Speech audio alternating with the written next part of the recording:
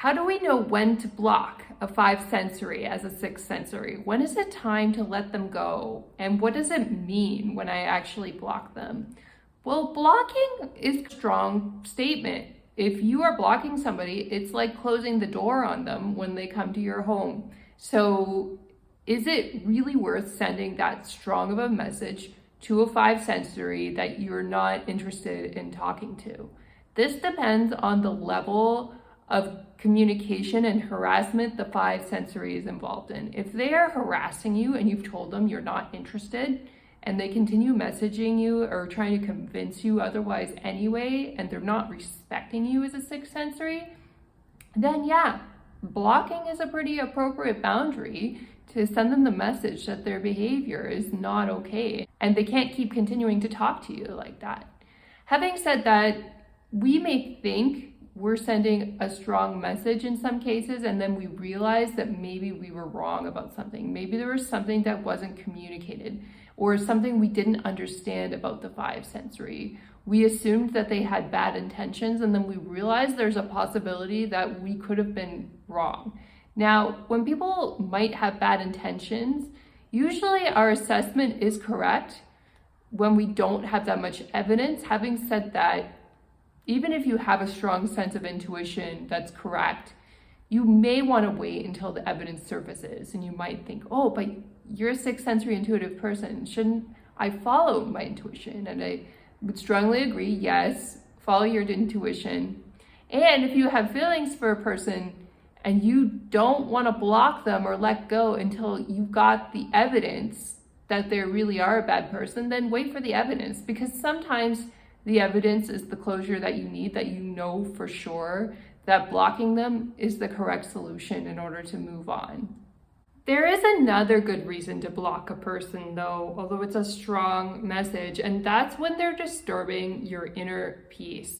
You're not really sure if they're even a good or a bad person. You aren't really clear on what went wrong in your relationship, but you know that when they show up in your DMs, you're extremely disturbed. Maybe they were doing something wrong and you couldn't prove it and you let them go. But having said that, you feel kind of bad completely cutting them off because they haven't proven themselves to be a bad person. And there's that little bit of doubt that's optimistic inside of you thinking, what if I was wrong?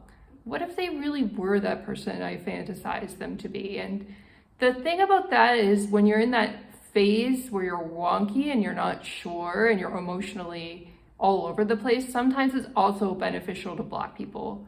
Now, it does send a strong message, so that will damage your relationship with the person to an extent.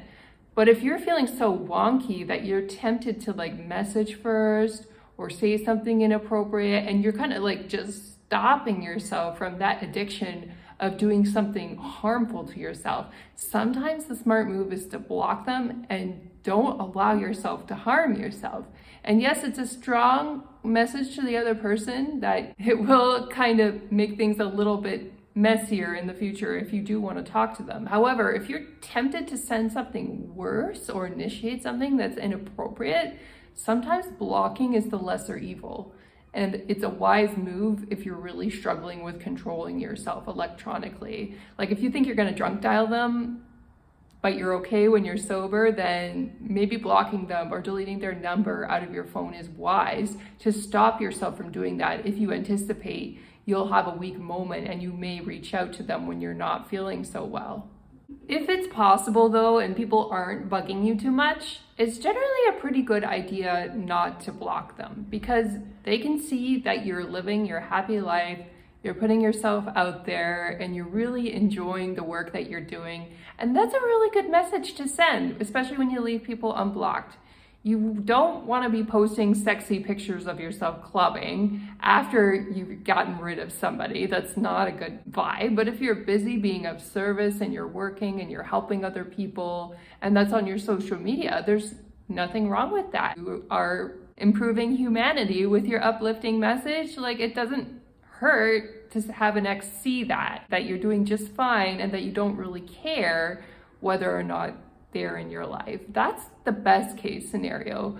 Having said that, we're all human, and if you need to block somebody, it's okay to block people. Your inner peace is worth it, and you need to move on with your life first and energetically feel better.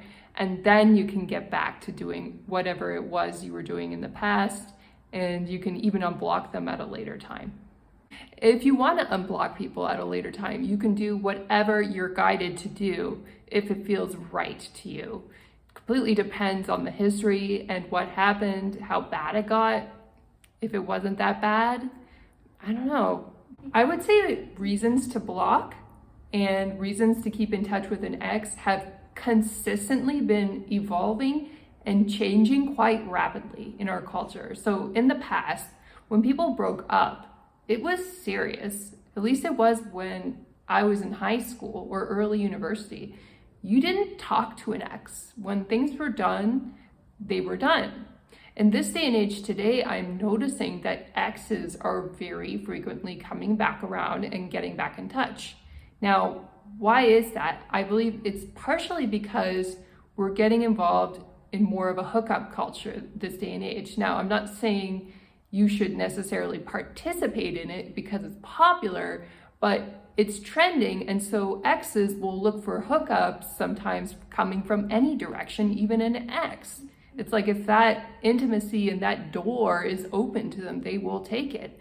But what will likely happen is you'll have a good night together and then you'll never hear from them again. Now, having said that, even when that's the case, you can still choose to leave them unblocked if you're aware of this.